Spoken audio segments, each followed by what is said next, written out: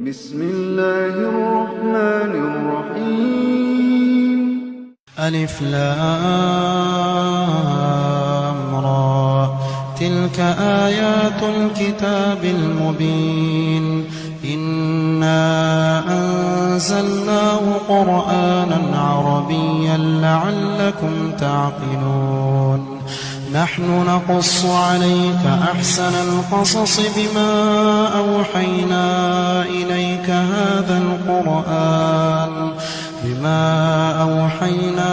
إليك هذا القرآن وإن كنت من قبله لمن الغافلين إذ قال يوسف لأبيه يا أبت إني رأيت 11 كوكبا والشمس والقمر رأيتهم لي ساجدين قال يا بني لا تقصص رؤياك على إخوتك فيكيدوا لك كيدا إن الشيطان للإنسان عدو مبين وكذلك يجتبيك ربك ويعلمك من تأويل الأحاديث ويتم نعمته عليك وعلى آل يعقوب كما أتمها على أبويك من قبل إبراهيم وإسحاق إن ربك عليم حكيم لقد كان في يوسف وإخوته آيات للسائلين إذ قالوا ليوسف وأخوه أحب إلى أبينا منا ونحن عصبة إن أبانا لفي ضلال مبين اقتلوا يوسف أو اطرحوه أرضا يخل لكم وجه أبيكم وتكونوا من بعده قوما صالحين قال قائل منهم لا تقتلوا يوسف وألقوه في غيابة الجب يلتقطوا بعض السيارة إن كنتم فاعلين قالوا يا أبانا ما لك لا تأمنا على يوسف وإنا له لناصحون أرسله معنا غدا يرتع ويلعب وإنا له لحافظون قال إني ليحزنني أن تذهبوا به وأخاف أن يأكله الذئب وأنتم عنه غافلون قالوا لئن أكله الذئب ونحن عصبة إنا إذا لخاسرون فلما ذهبوا به وأجمعوا أن يجعلوه في غيابة الجب وأوحينا إليه لتنبئنهم بأمرهم هذا وهم لا يشعرون وجاءوا أباهم عشاء يبكون قالوا يا أبانا إنا ذهبنا نستبق وتركنا يوسف عند متاعنا فأكله الذئب وما أنت بمؤمن لنا ولو كنا صادقين وجاءوا على قميصه بدم كذب قال بل سولت لكم أنفسكم أمرا فصبر جميل والله المستعان على ما تصفون. وجاءت سيارة فأرسلوا واردهم فأدلى دلوه قال يا بشرى هذا غلام وأسروه بضاعة والله عليم بما يعملون. وشروا بثمن بخس دراهم معدودة وكانوا فيه من الزاهدين. وقال الذي اشتراه من مصر لامرأته أكرمي مثواه عسى أن ينفعنا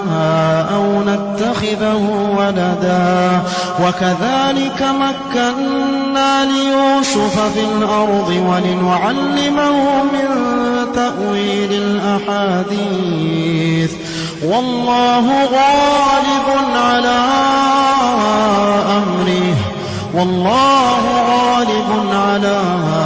أمره ولكن أكثر الناس لا يعلمون. ولما بلغ أشده آتيناه حكما وعلما وكذلك نجزي المحسنين. وراودته التي هو في بيتها عن نفسه وغلقت الأبواب وقالت هيت لك قال معاذ الله إنه ربي أحسن مثواي إنه لا يفلح الظالمون. ولقد همت به وهم بها لولا أن رأى برهان ربه كذلك لنصرف عنه السوء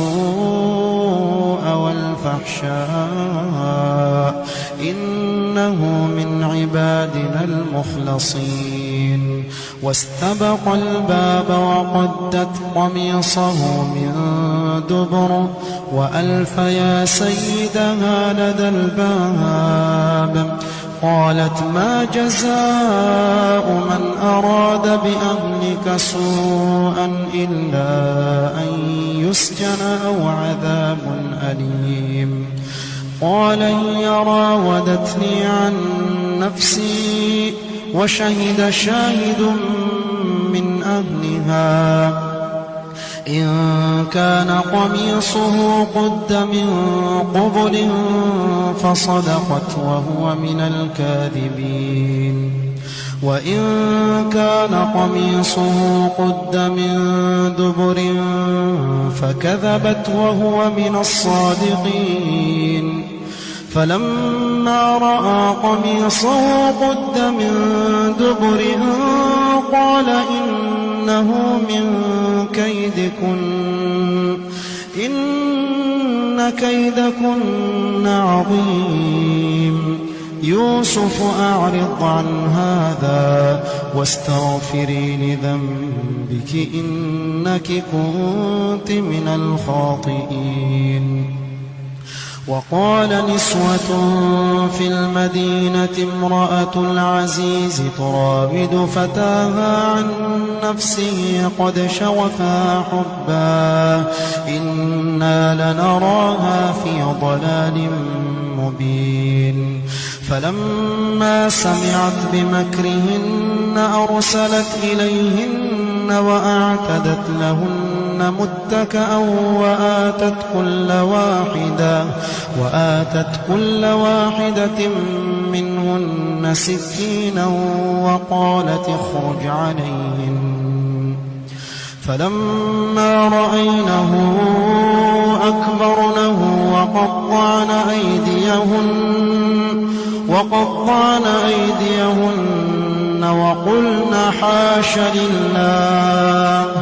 وقلن حاش لله ما هذا بشرا إن هذا إلا ملك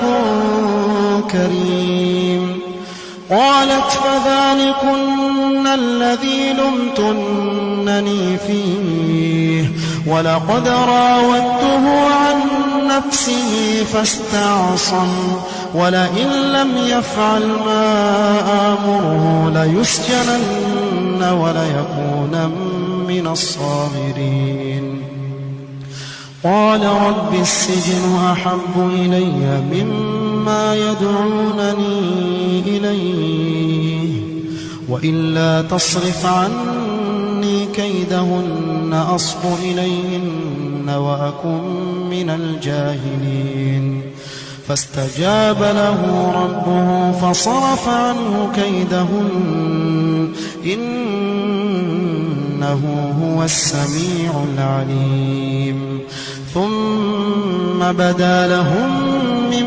بعد ما رأوا الآيات ليسجننه حتى حين ودخل معه السجن فتيان قال أحدهما إني أراني أعصر خمرا وقال الآخر إني أراني أحمل فوق رأسي خبزا تأكل الطير منه نبئنا بتأويله إنا نراك من المحسنين قال لا يأتيكما طعام ترزقانه إلا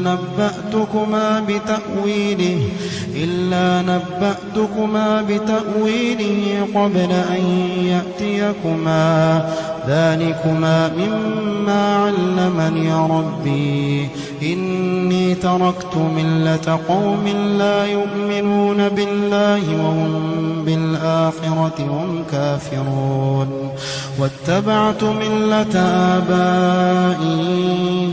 إبراهيم وإسحاق ويعقوب ما كان لنا أن نشرك بالله من شيء ذلك من فضل الله علينا وعلى الناس ولكن أكثر الناس لا يشكرون يا صاحبي السجن أأرباب متفرقون خير أم الله الواحد القهار ما تعبدون من دونه إلا أسماء سميتموها أنتم وآباؤكم ما أنزل الله بها من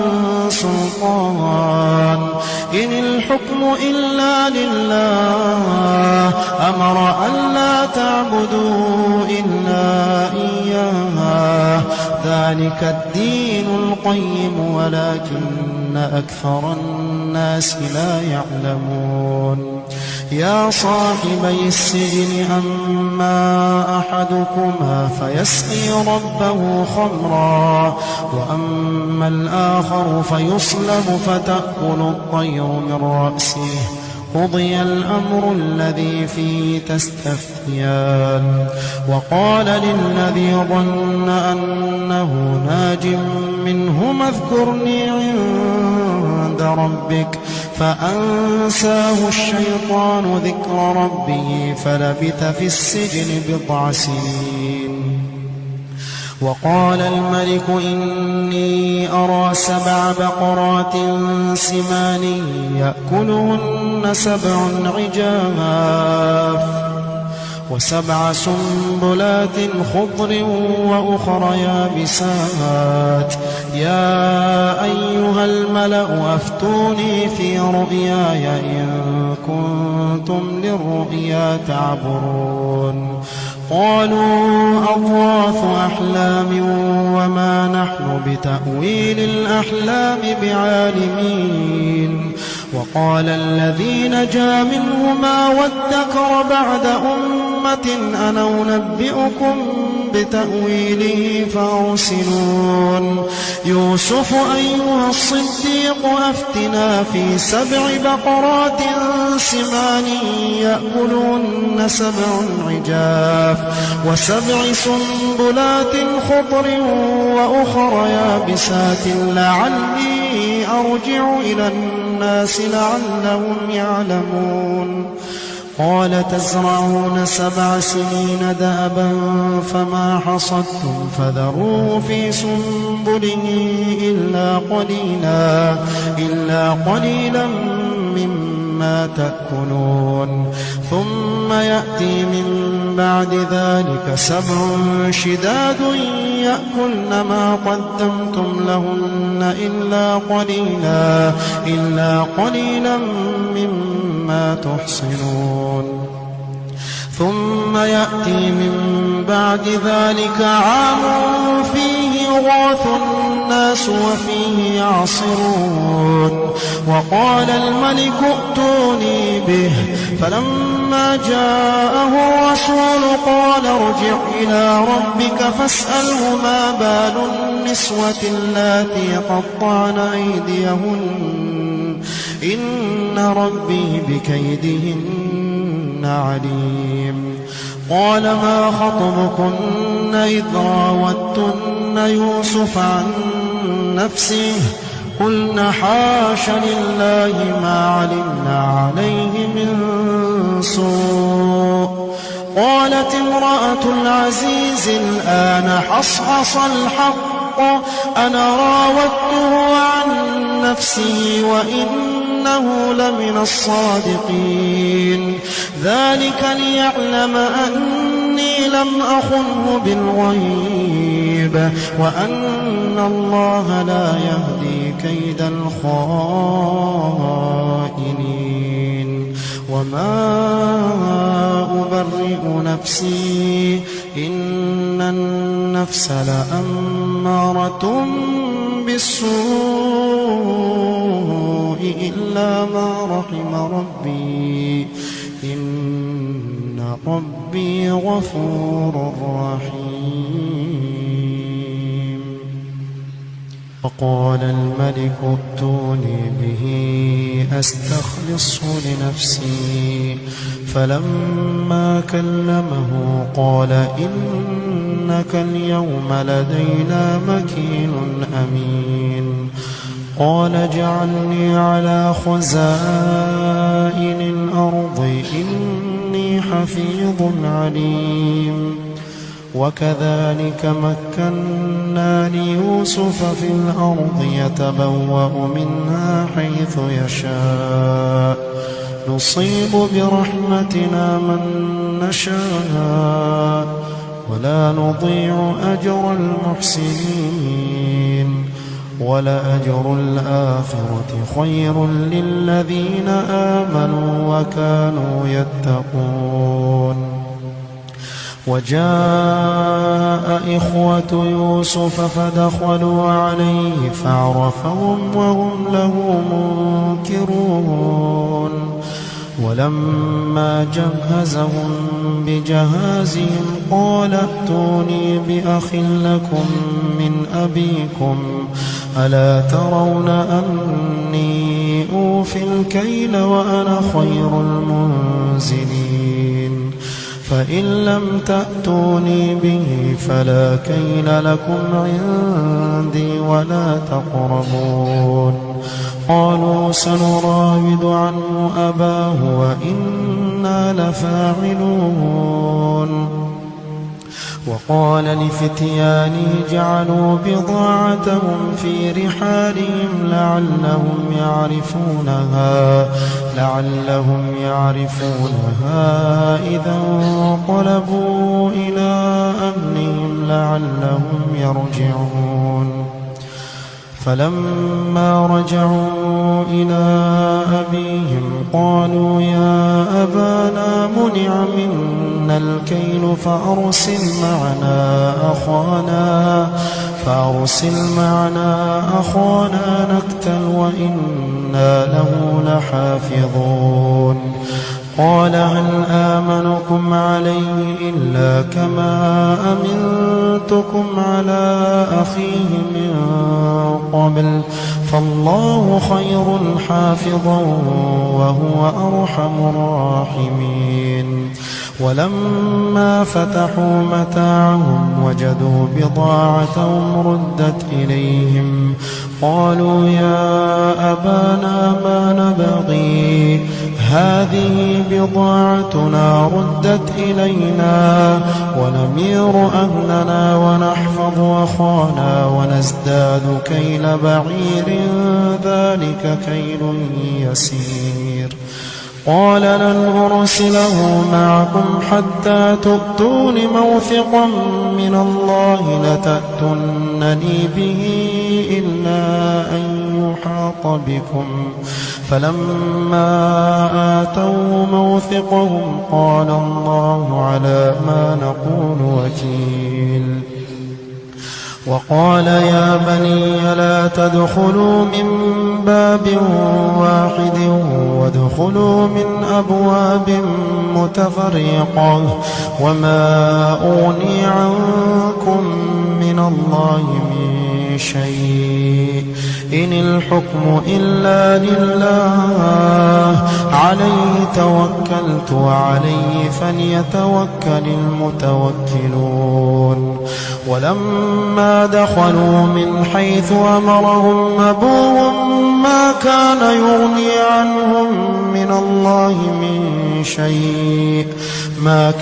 يغني عنهم من الله من شيء إلا حاجة في نفس يعقوب قضاها وإنه لذو علم لما علمناه ولكن أكثر الناس لا يعلمون ولما دخلوا على يوسف آوى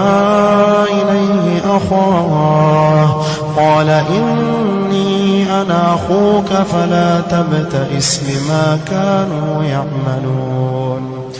فلما جهزهم بجهازهم جعل السقاية في رحل أخيه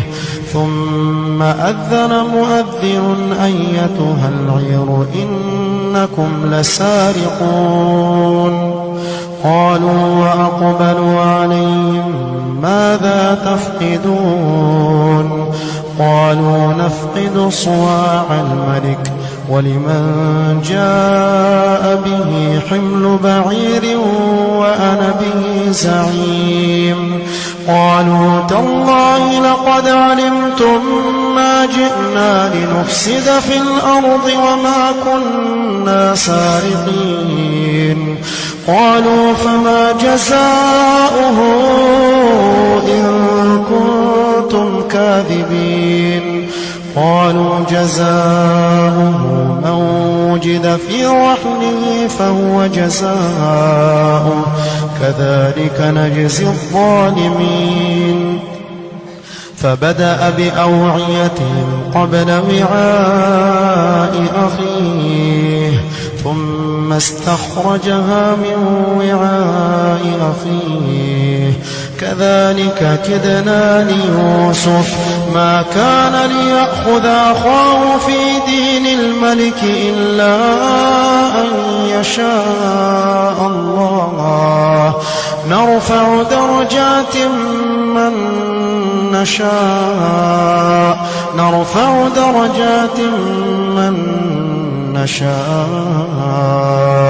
وفوق كل ذي علم عليم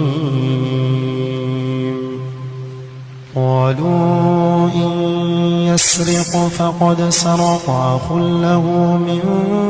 قبل فأسرها يوسف في نفسه ولم يبدها لهم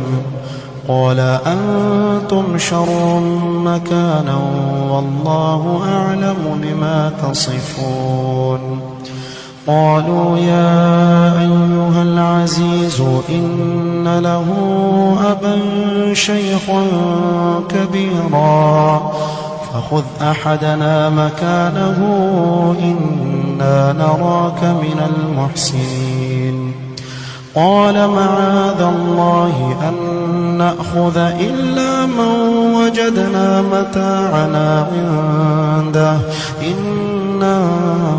إذا لظالمون فلما استيئسوا منه خلصوا نجيا قال كبيرهم ألم تعلموا أن أباكم قد أخذ عليكم موثقا من الله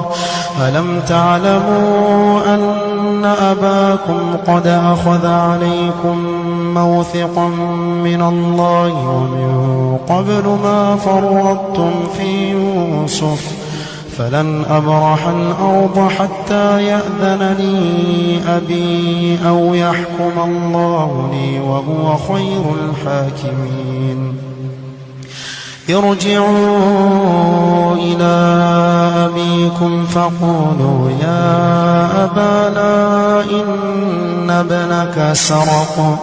وما شهدنا إلا بما علمنا وما كنا للغيب حافظين واسأل القرية التي كنا فيها والعير التي أقبلنا فيها وإنا لصادقون قال بل سولت لكم أنفسكم أمرا فصبر جميل عسى الله أن يأتيني بهم جميعا إنه هو العليم الحكيم وتولى عنهم وقال يا أسفا على يوسف وتولى عنهم وقال يا أسفا على يوسف وابيضت عيناه من الحزن فهو كظيم قالوا تالله تفتأ تذكر يوسف حتى تكون حرضا أو تكون من الهالكين قال إنما أشكو بثي وحزني إلى الله قال إنما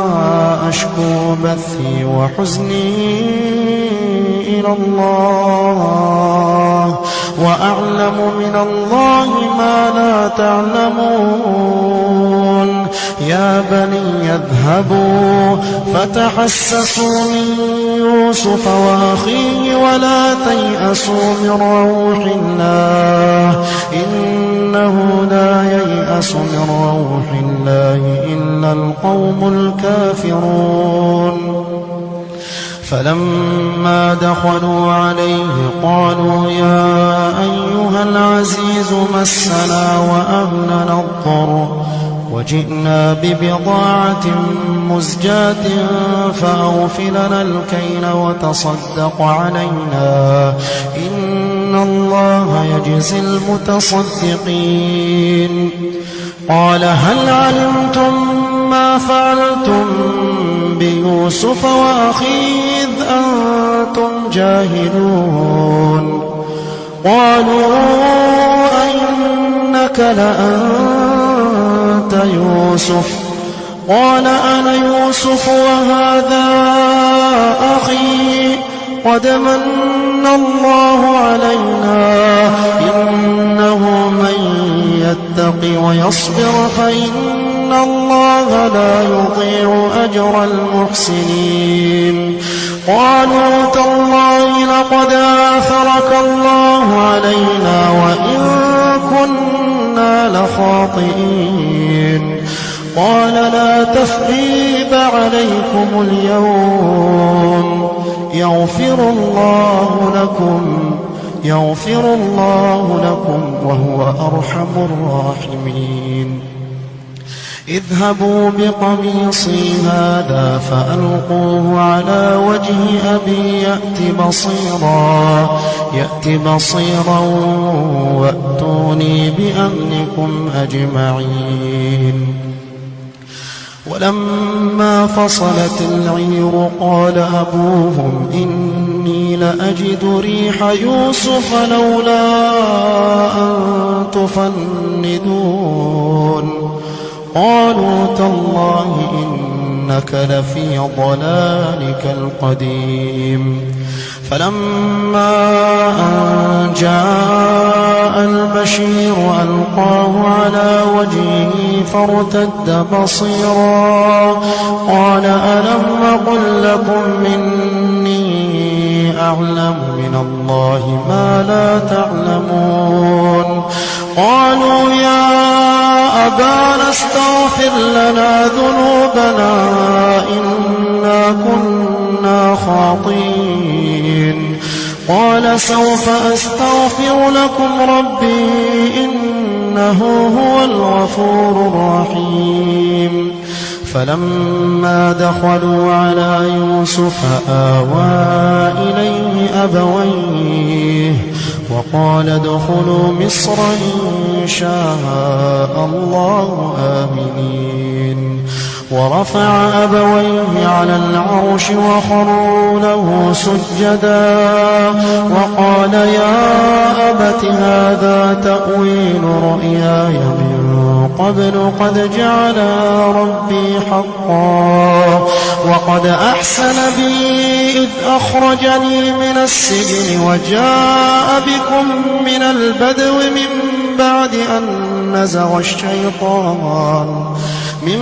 بعد أن نزغ الشيطان بيني وبين إخوتي إن ربي لطيف لما يشاء إنه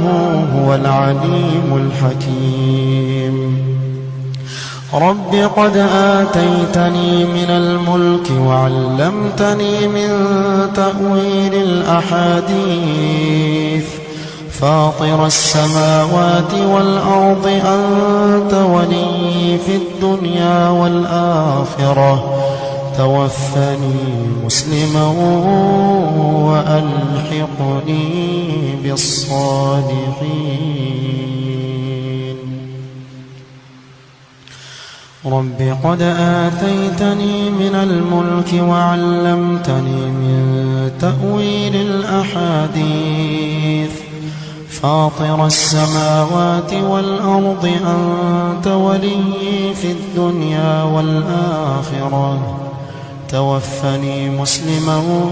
وألحقني بالصالحين ذلك من أنباء الغيب نوحيه إليك وما كنت لديهم إذ أجمعوا أمرهم وهم يمكرون وما أكثر الناس ولو حرصت بمؤمنين وما تسألهم عليه من أجر إن هو إلا ذكر للعالمين وكأي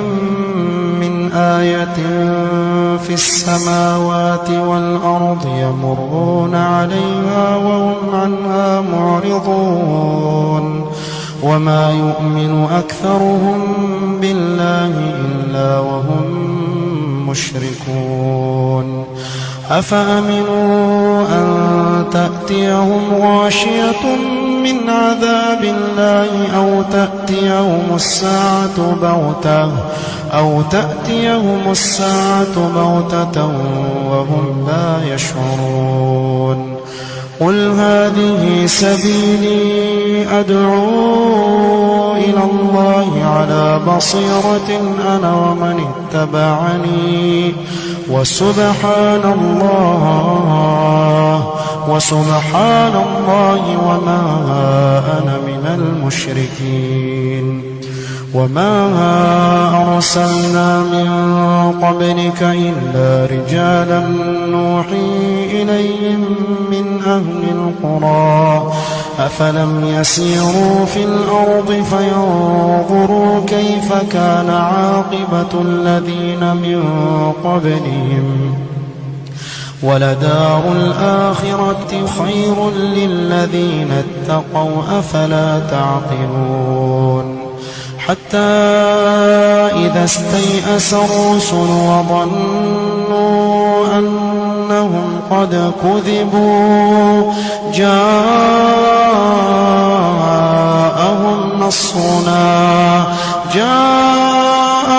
نصرنا فنجي من نشاء ولا يرد بأسنا عن القوم المجرمين. لقد كان في قصصهم عبرة لأولي الألباب ما كان حديثا يفترى ولكن تصديق الذي بين يديه وتفصيل كل شيء وهدى ورحمة لقوم يؤمنون.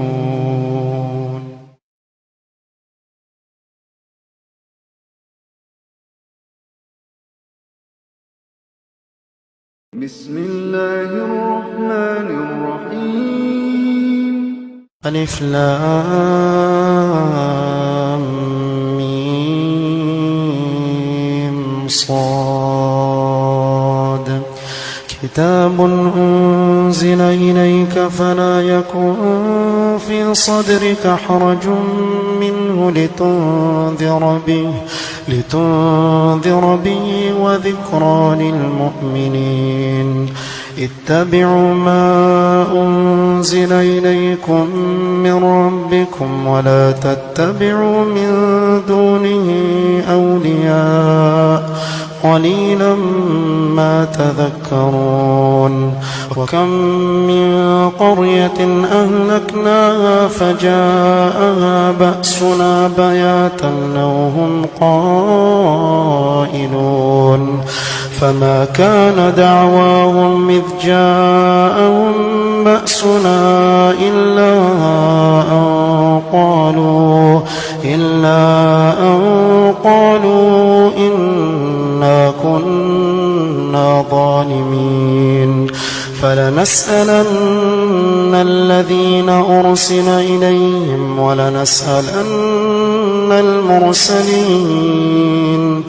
فلنقصن عليهم بعلم وما كنا غائبين. والوزن يومئذ الحق فمن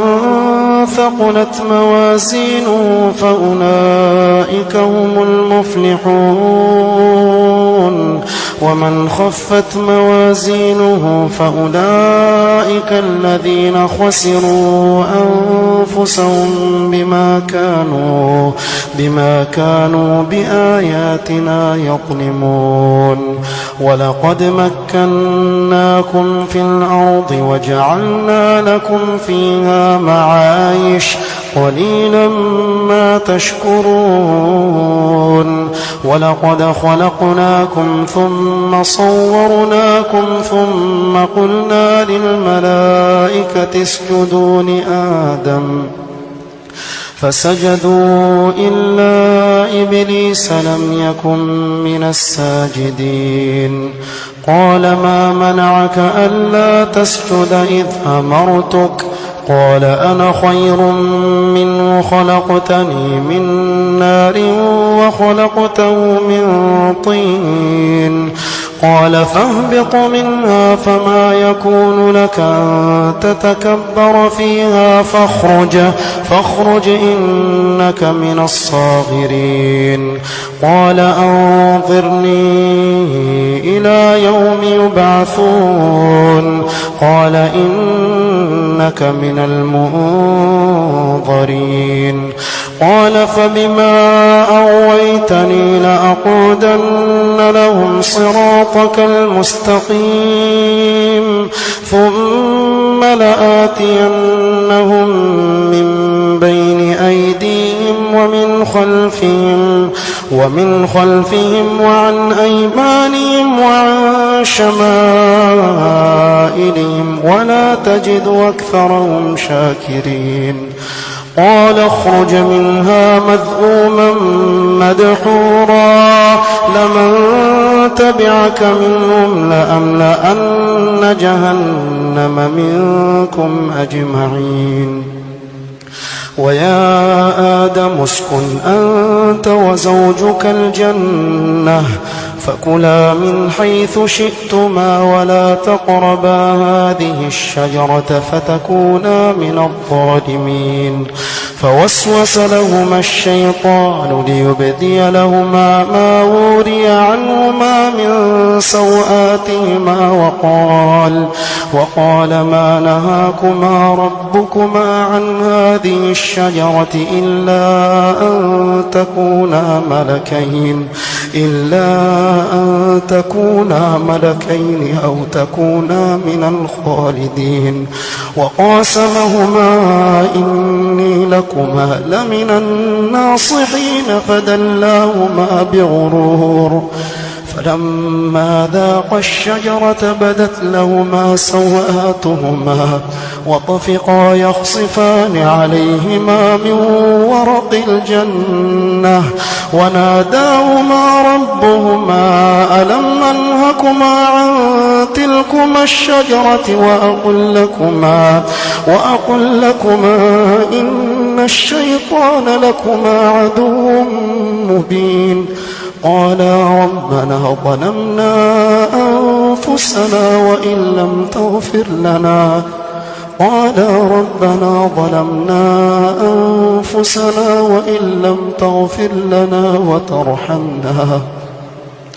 وإن لم تغفر لنا وترحمنا لنكونن من الخاسرين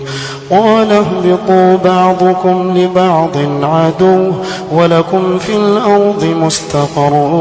ومتاع إلى حين قال فيها تحيون وفيها تموتون ومنها تخرجون يا بني آدم قد أنزلنا عليكم لباسا يواري سوآتكم وريشا ولباس التقوى ذلك خير ذلك من آيات الله لعلهم يذكرون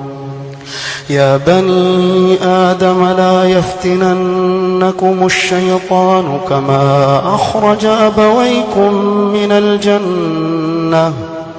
ينزع عنهما لباسهما ليريهما سوآتهما إنه يراكم هو وقبيله من حيث لا ترونهم إنا جعلنا الشياطين أولياء للذين لا يؤمنون وإذا فعلوا فاحشة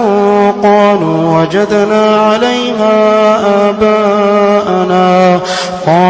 وجدنا عليها آباءنا والله أمرنا بها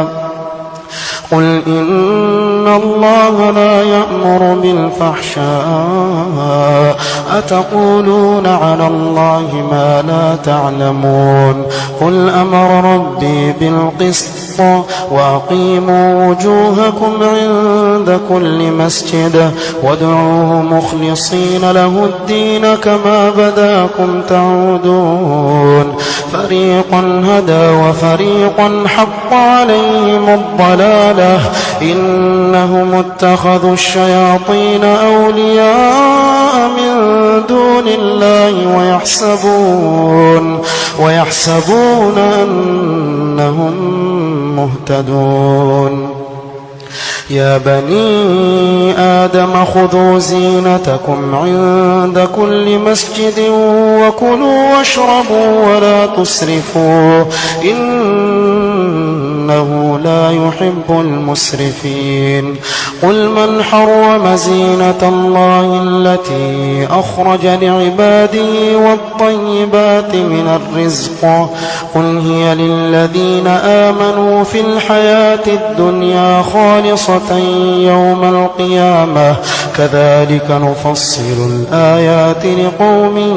يعلمون قل إنما حرم ربي الفواحش ما ظهر منها وما بطن والإثم والبغي بغير الحق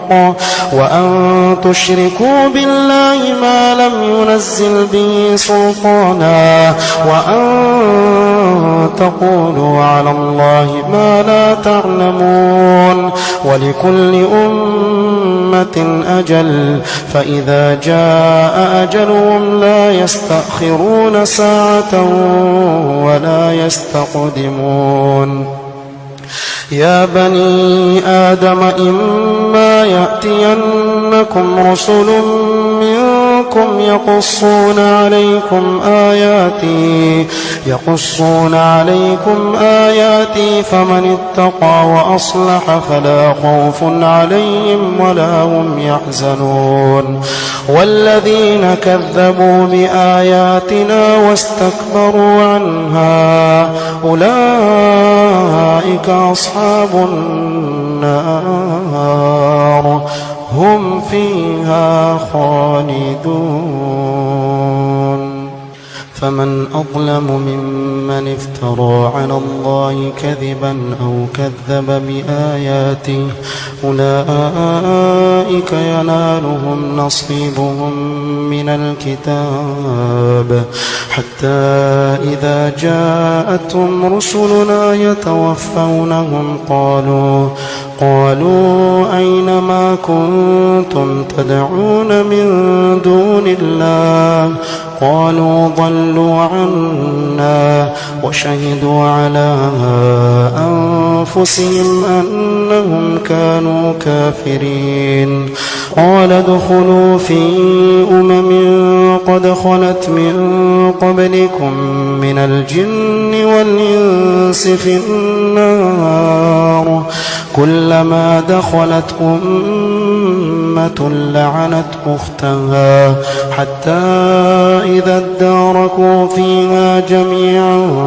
قالت أخراهم لأولاهم ربنا هؤلاء أضلونا فآتهم عذابا ضعفا من النار قال لكل ضعف ولكن لا تعلمون وقالت أولاهم لأخراهم فما كان لكم علينا من فضل فذوقوا العذاب بما كنتم تكسبون إن الذين كذبوا بآياتنا واستكبروا عنها لا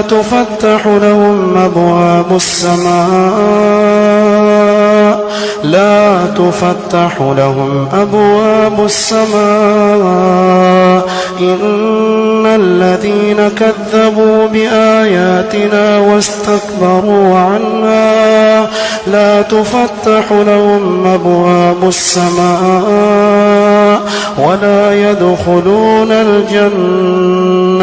ولا يدخلون الجنة حتى يلج الجمل في سم الخياط وكذلك نجزي المجرمين لهم من جهنم مهاد ومن فوقهم غواش وكذلك نجزي الظالمين والذين آمنوا وعملوا الصالحات لا نكلف نفسا إلا وسعها أولئك أصحاب الجنة هم فيها خالدون ونزعنا ما في صدورهم من غل تجري من تحتهم الأنهار وقالوا الحمد لله الذي هدانا لهذا وما كنا لنهتدي لولا أن هدانا الله لقد جاءت رسل ربنا بالحق ونودوا أن تلكم الجنة أورثتموها بما كنتم تعملون ونادى أصحاب الجنة أصحاب النار أن قد وجدنا ما وعدنا ربنا حقا فهل وجدتم ما وعد ربكم حقا قالوا نعم فأذن مؤذن بينهم اللعنة الله على الظالمين الذين يصدون عن سبيل الله ويبغونها عوجا وهم بالآخرة كافرون وبينهما حجاب وعلى الأعراف رجال يعرفون كلا بسيماهم ونادوا أصحاب الجنة أن سلام عليكم لم يدخلوها وهم يطمعون وإذا صرفت أبصارهم تلقاء أصحاب النار قالوا ربنا لا تجعلنا مع القوم الظالمين ونادى أصحاب الأعراف رجالا يعرفونهم بسيماهم قالوا ما أغنى عنكم جمعكم وما كنتم تستكبرون أهؤلاء الذين أقسمتم لا ينالهم الله برحمة ادخلوا الجنة لا خوف عليكم ولا أنتم تحزنون ونادى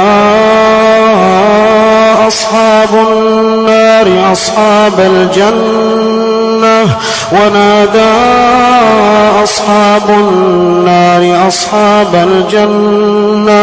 أن أفيضوا علينا من الماء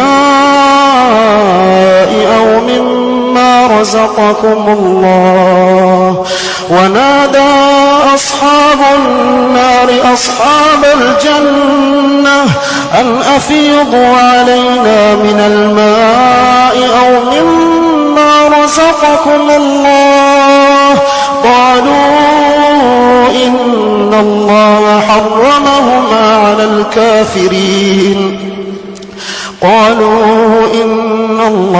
حرمهما على الكافرين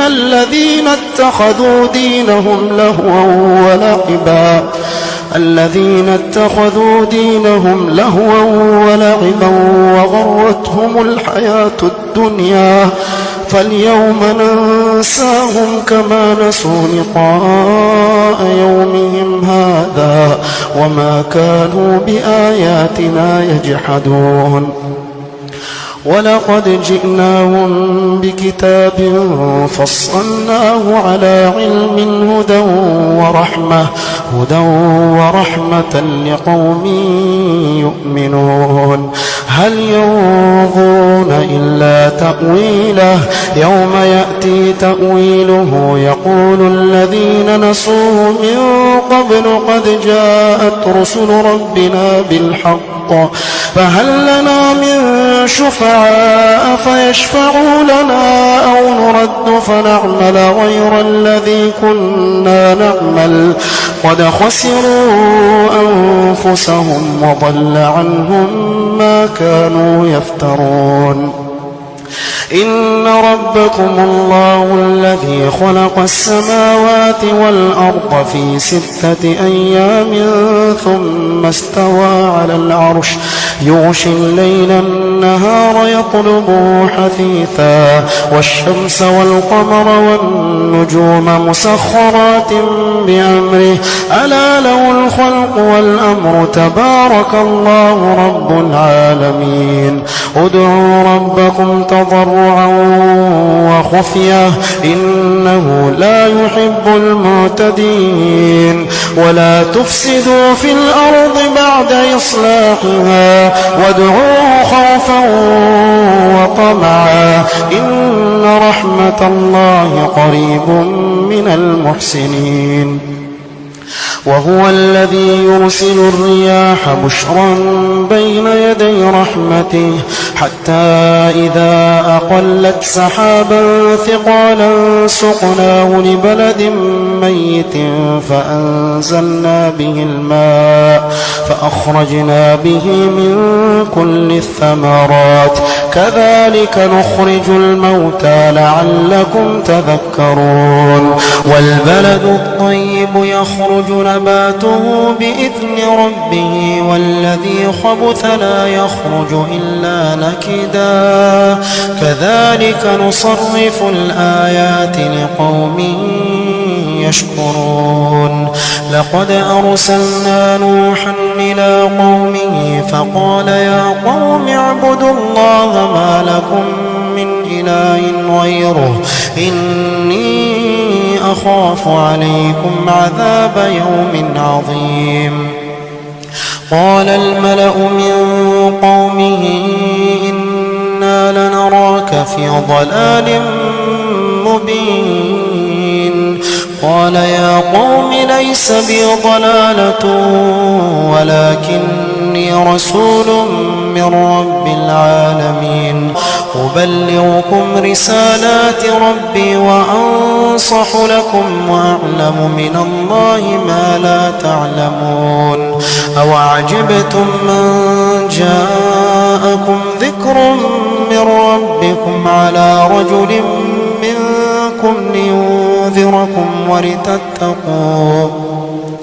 لينذركم ولتتقوا ولعلكم ترحمون فكذبوه فأنجيناه والذين معه في الفلك وأغرقنا الذين كذبوا بآياتنا إنهم كانوا قوما عمين وإلى عاد أخاهم هودا قال يا قوم اعبدوا الله ما لكم من إله غيره أفلا تتقون قال الملأ الذين كفروا من قومه إنا لنراك في سفاهة وإنا لنظنك من الكاذبين قال يا قوم ليس بي سفاهة ولكني رسول من رب العالمين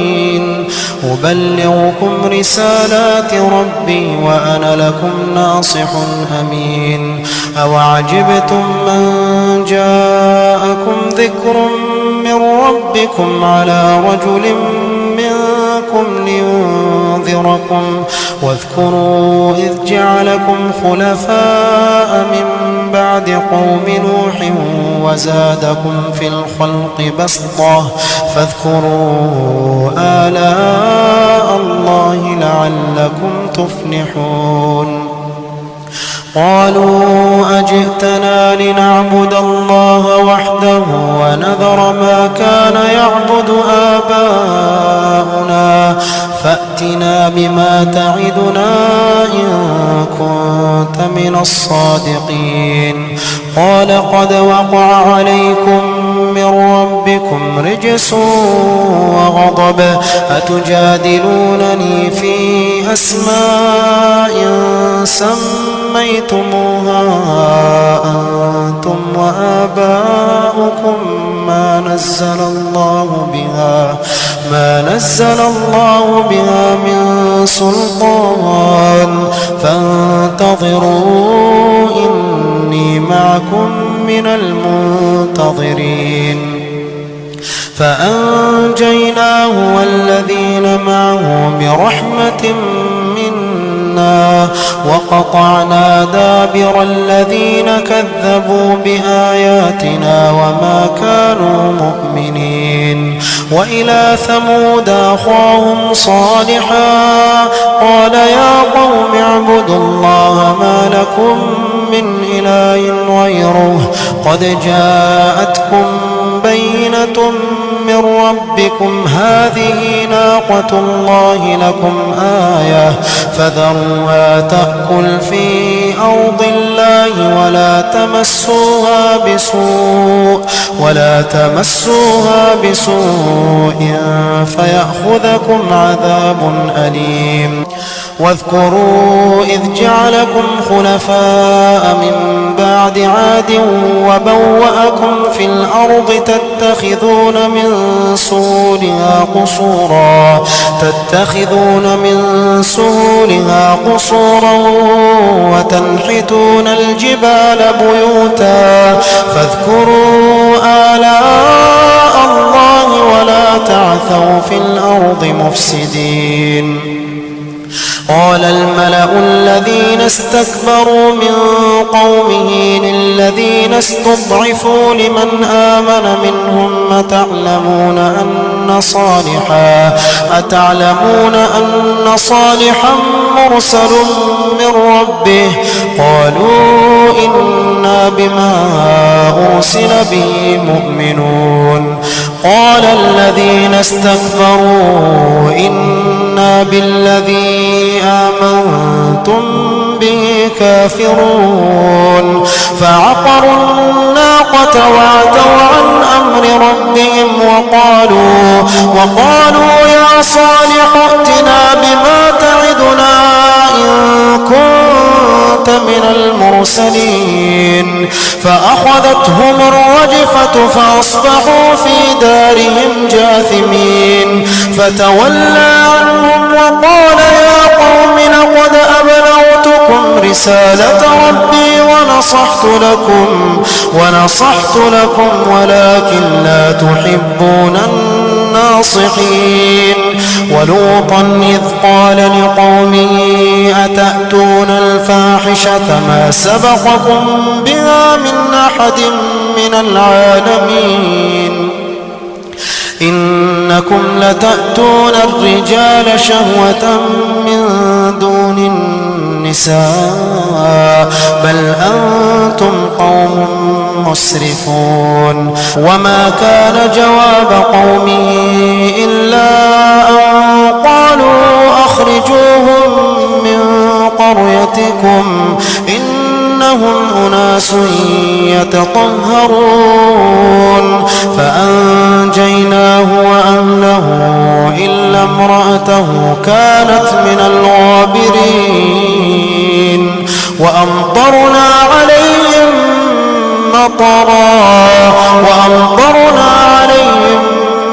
مطرا فانظر كيف كان عاقبة المجرمين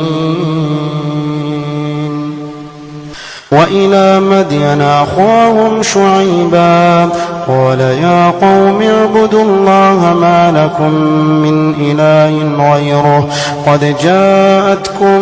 بينة من ربكم فأوفوا الكيل والميزان ولا تبخسوا الناس أشياءهم ولا تفسدوا في الأرض بعد إصلاحها ذلكم خير لكم إن كنتم مؤمنين ولا تقعدوا بكل صراط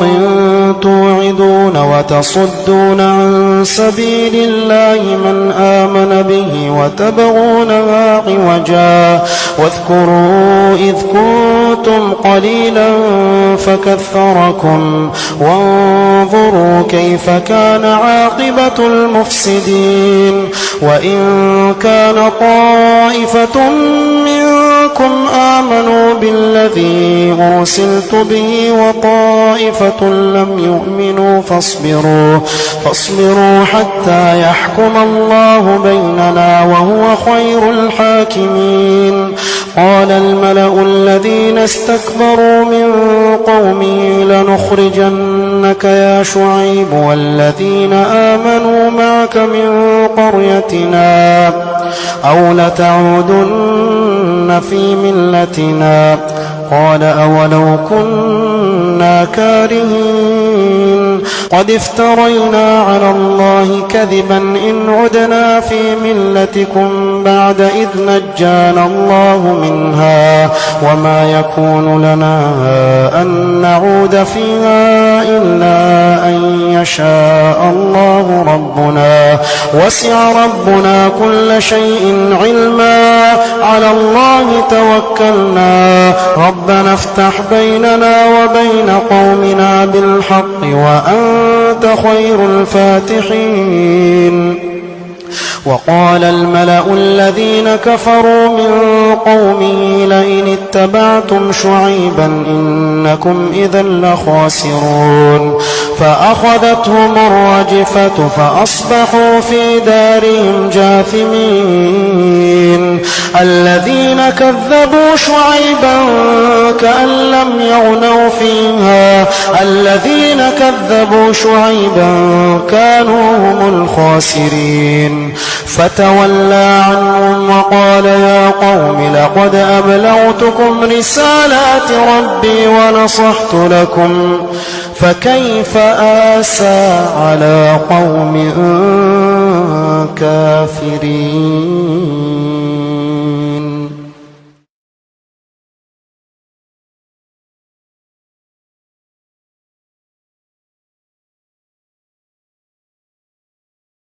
بسم الله الرحمن الرحيم. إذا جاءك المنافقون قالوا نشهد إنك لرسول الله والله يعلم إنك لرسوله والله يشهد إن المنافقين لكاذبون. اتخذوا أيمانهم جنة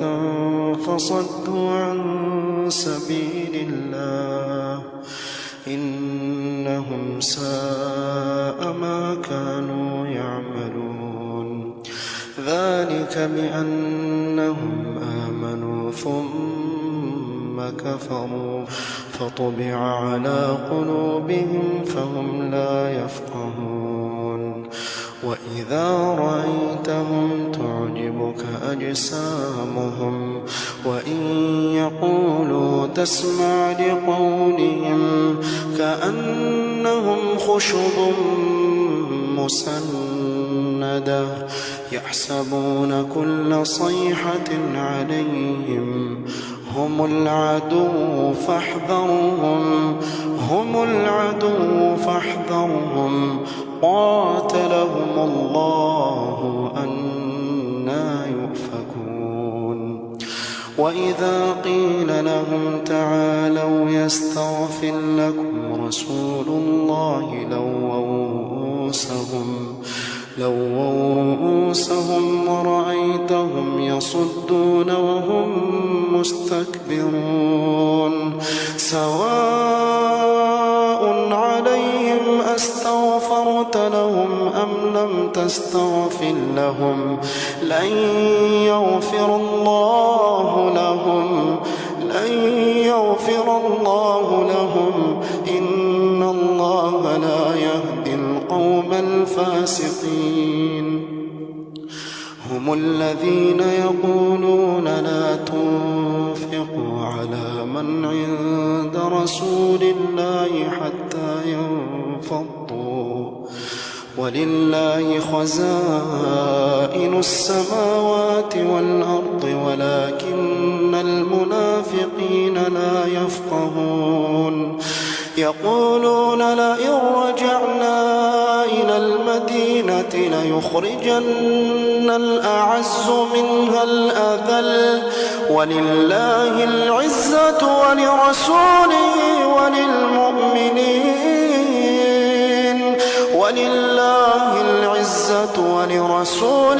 وللمؤمنين ولكن المنافقين لا يعلمون.